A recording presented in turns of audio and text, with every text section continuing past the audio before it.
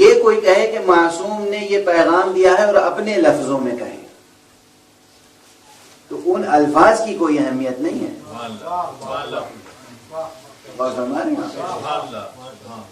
لفظ معصوم پر جب یقین حاصل ہو جائے کہ معصوم نے یہ لفظ ارشاد فرمایا وہ ہے دلیل حکم. توجہ ہے, دلیل حکم لفظ معصوم ہے, پیغمبر نے کیا لفظیں ادا کی وہ اہمیت ہے. تو بہت سی حدیثیں ہیں جو ان کو تواتر معنوی حاصل ہے. تواتر معنوی یہ کہ ہاں حضور نے یہ فرمایا مگر کن لفظوں میں فرمایا یہ نہیں معلوم. توجہ ہے, یہ وہ حدیث ہے جو انہی لفظوں کے ساتھ نقل ہوئی ہے. کیا الفاظ ہیں؟ من کنت مولا فہذا علی مولا. آپ سب کو یاد ہے. بحمد اللہ, ہمیں اس پہ کوئی شرمندگی نہیں ہے, کوئی معذرت کرنے کی ضرورت نہیں ہے. ہمیں جس طریقے سے کلمہ لا الہ الا اللہ یاد ہے,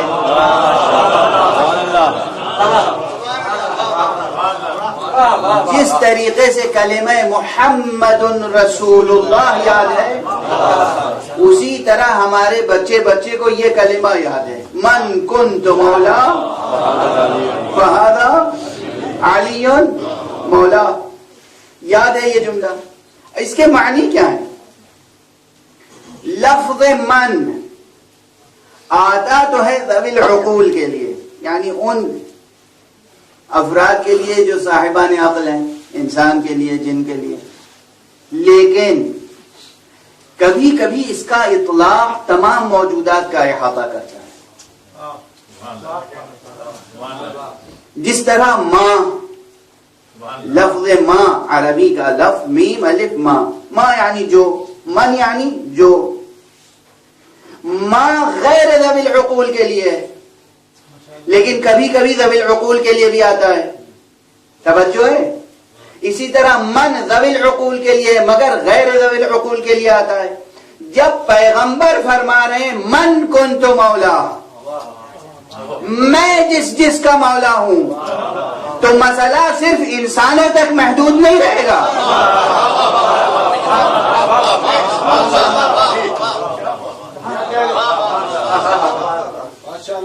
جہاں جہاں تک دائرہ ولایت مصطفیٰ ہے وہاں تک دائرہ ولایت مرتضیٰ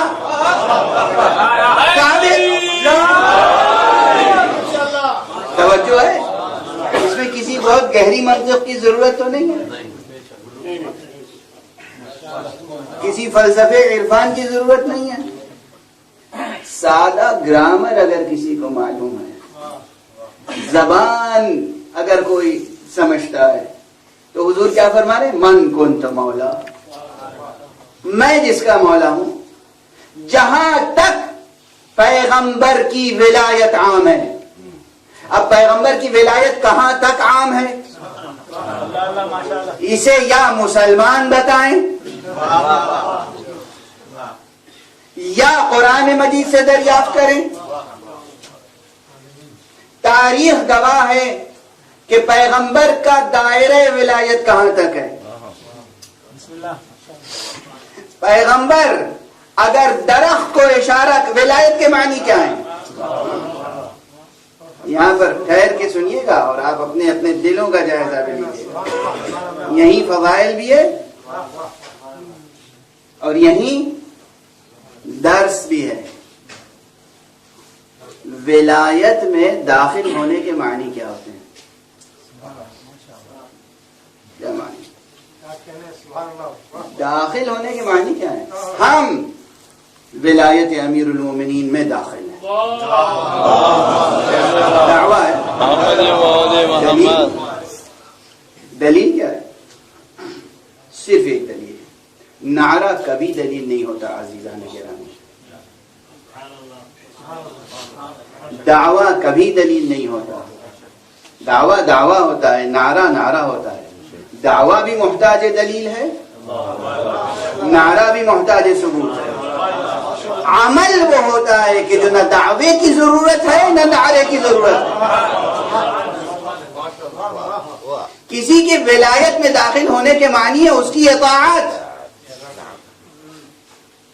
داخل ہونے کے معنی ہے اطاعت۔ ولایت قبول کرنے کے معنی کیا ہیں؟ اللہ کی توحید قبول کرتے ہیں، آپ کہتے ہیں لا الہ الا اللہ، اس کے بعد مجال ہے کہ آپ کسی بت کے سامنے جا کے سجدہ کریں؟ نہیں ممکن ہے نا۔ ادھر آپ نے سجدہ کیا، ادھر وہ لا الہ الا اللہ کی ولایت سے آپ خارج ہو گئے۔ ادھر سجدہ کیا غیر خدا کو، ادھر لا الہ الا اللہ کی ولایت سے خارج۔ ادھر کسی غیر محمد کو نبی مانا، ادھر محمد رسول اللہ کی ولایت سے خارج۔ اور یہاں لطف یہ ہے کہ اگر محمد رسول اللہ کی ولایت سے خارج ہوئے تو لا الہ الا اللہ کی ولایت سے بھی خود بخود خارج۔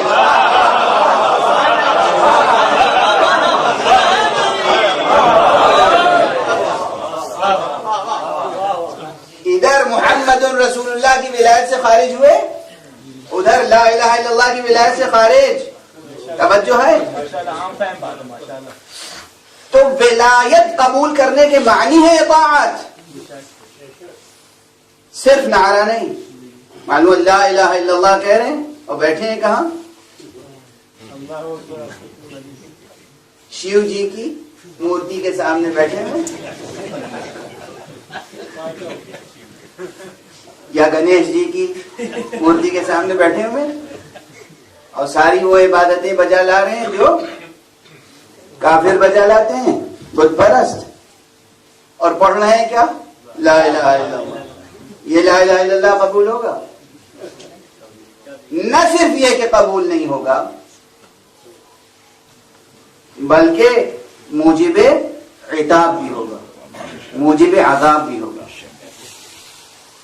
عذاب بڑھتا چلا جائے گا۔ تو یہ اس قدر 2-2-4 کی طرح کی بات ہے کہ جس میں کسی کے لیے جائے بحث نہیں ہے۔ ولایت میں داخل ہونے اور ولایت کو قبول کرنے کے معنی ہے اطاعت، ولایت میں داخل ہونے اور ولایت کو قبول کرنے کے معنی ہے عمل۔ توجہ ہے؟ اس لیے کہ لفظ کی یہاں کوئی اہمیت نہیں ہے، معصوم کی طرف سے لفظ کی اہمیت ہے، بندے کی طرف سے عمل کی اہمیت ہے۔ کسی کے پاس زبانی نہ ہو، گونگا ہو، کلمہ ادا کر سکتا ہے، لا الہ الا اللہ پڑھ سکتا ہے، یہ آواز نکال سکتا ہے لا الہ الا اللہ، گونگا ہے؟ گونگا ہے تو کیا جتنے گونگے ہیں وہ سب غیر مسلم ہیں؟ ان کا اسلام ثابت نہیں ہے، ایمان ثابت نہیں ہے۔ بندے کی طرف سے لفظ کی اہمیت نہیں ہے، حقیقت و معنی لا الہ الا اللہ سمجھ میں آ جائیں اور سجدے میں جھک جائے بس وہ مومن، چاہے زبان سے لا الہ الا اللہ کہے یا نہ کہے، جب پورے وجود سے لا الہ الا اللہ کہہ رہا ہے تو پھر زبان سے لا الہ الا اللہ کی اہمیت کہاں ہے؟ لا الہ الا اللہ زبان سے صرف اس سے مطلوب ہے جس کے پاس زبان ہو اور زبان آزاد ہو۔ توجہ ہے، زبان ہو، زبان آزاد ہو، زبان بھی مکلف ہو۔ مکلف کے معنی سمجھتے ہیں نا، یعنی اللہ کی طرف سے تکلیف دی گئی ہو کہ تمہیں یہ بھی کہنا ہے۔ کبھی کبھی صرف کچھ کرنے کے لیے حکم دیا جاتا ہے، کہنے کے لیے نہیں۔ روزہ حکم رب ہے یا نہیں؟ روزہ عبادت ہے یا نہیں؟ روزہ تقاضا لا الہ الا اللہ ہے یا نہیں؟ روزہ کرنے کی چیز ہے یا کہنے کی؟ نیت بھی تو کرنا زبان سے شرط نہیں. کسی توضیح المسائل میں ہے کہ یہ نیت زبان سے کرنی ہے کہ میں روزہ رکھتا ہوں واجب قربتاً اللہ؟ نہیں. کبھی کبھی صرف کرنے کا حکم ہوتا ہے، کہنے کا نہیں. کاش یہ بات سمجھ میں آ جائے، کاش یہ بات سمجھ میں. جس طرح ولایت حق سبحانہ و تعالی میں کبھی کچھ کہنے کا حکم ہے، کبھی کچھ کرنے کا حکم،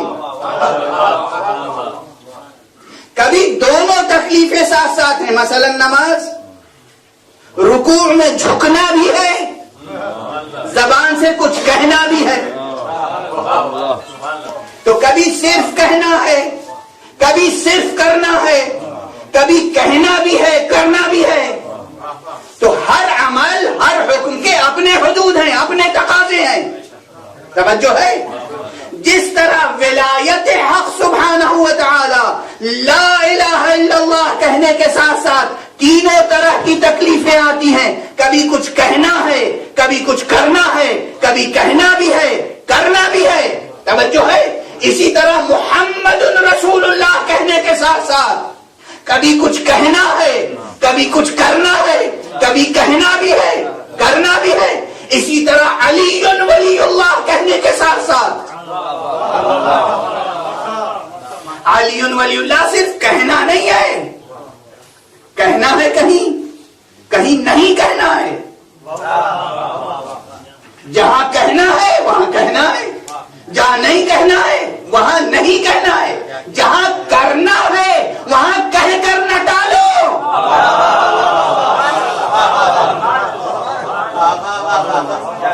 جہاں کرنے کا تقاضا ہے وہاں کچھ کر کے دکھاؤ. جہاں کرنے کا حکم ہے وہاں کچھ عمل سامنے آنا چاہیے. بہرحال خلاصہ اس بحث کا یہ ہے کہ ولایت کو قبول کرنے اور ولایت کے داخل ہونے کی پہچان صرف ایک ہے، وہ ہے اطاعت، عمل. پیغمبر کی ولایت کا دائرہ کہاں کہاں تک ہے؟ درخت کو اشارہ کیا، آ گیا. اور صرف یہی نہیں کہ آ گیا، یہ روایت کسی اور نے نہیں نقل کی ہے. امیر المؤمنین علی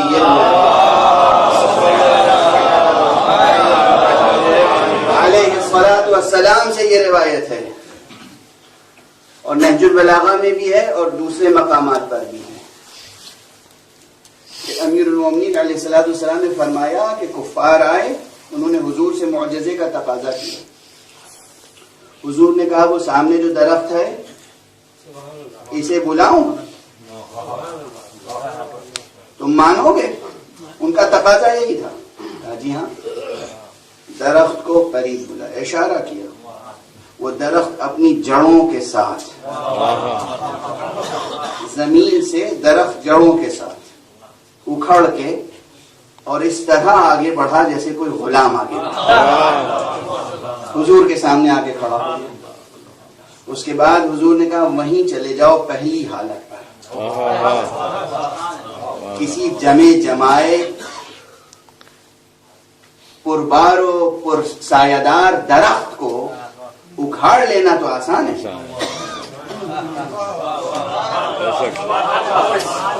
لیکن پھر اسی طرح پہلی شکل و صورت پہ پہنچ جاؤ.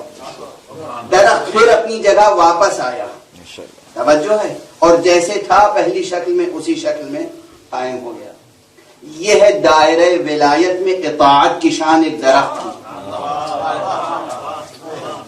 توجہ ہے؟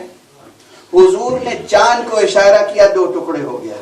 یہ ہے چاند کی شان اطاعت ولایت مصطفیٰ میں. حضور نے سورج کو اشارہ کیا اور سورج پلٹ آیا. یہ ہے سورج کی شان اطاعت ولایت مصطفیٰ میں. اب مصطفیٰ کو سنو، کہتے من کنت مولا،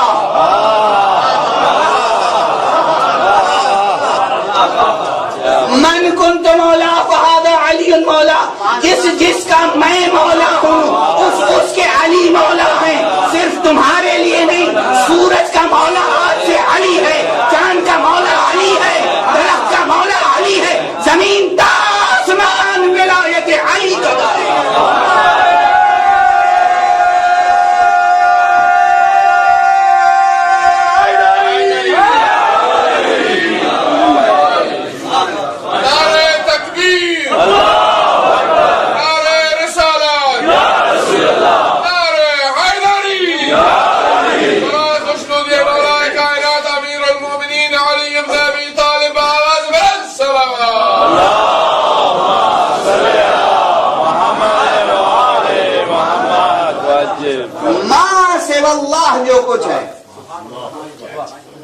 اللہ اللہ ہے، اللہ خالق ہے، اللہ محبود ہے، اللہ معبود ہے، اللہ اللہ ما سوا اللہ، اللہ کے بعد جو کچھ ہے دائرہ ولایت مصطفیٰ میں، اور جو کچھ دائرہ ولایت مصطفیٰ میں ہے وہ سب دائرہ ولایت مرتضیٰ میں ہے۔ اور ہمارے یہاں یہ غلطی اسی دن ہو گئی تھی، پہلے دن نہیں سمجھے لوگ یہ نقطہ، بخن بخن کہنے والے یہ نقطہ نہیں سمجھے، انہوں نے صرف اتنا کہا کہ بخن بخن لک یا ابن ابی طالب، اے ابو طالب کے فرزند مبارک ہو کہ آج سے آپ تمام مومنین و مومنات کے بھی مولا ہو گئے اور میرے بھی مولا ہو گئے۔ ایک بات ان کی سمجھ میں نہیں آئی، لیکن ایک بات ہماری سمجھ میں آ گئی۔ ان کی سمجھ میں یہ بات نہیں آئی کہ دائرہ ولایت علی ابن ابی طالب صرف انسانوں تک محدود نہیں ہے، انسان، جن، تمام جمادات، تمام نباتات، تمام حیوانات، تمام ملائکہ، تمام فرشتے محکوم علی ابن ابی طالب۔ یہ ہے دائرہ ولایت علی ابن ابی طالب۔ یہ کوئی مبالغہ نہیں ہے، یہ کوئی شاعری نہیں ہے، یہ نص قول پیغمبر ہے صلی اللہ علیہ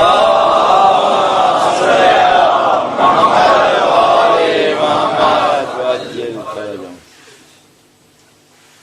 من کنت مولا فہذا علی مولا۔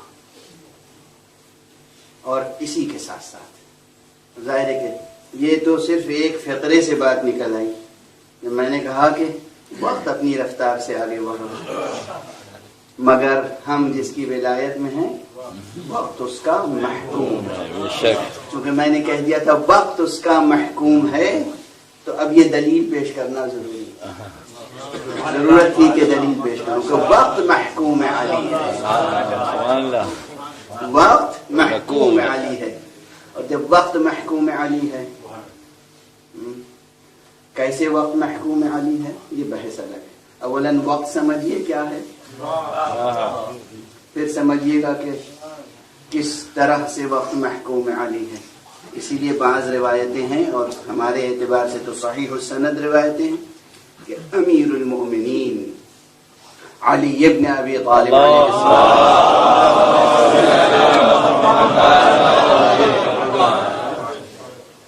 کے لیے 2 مرتبہ سورج پلٹا ہے،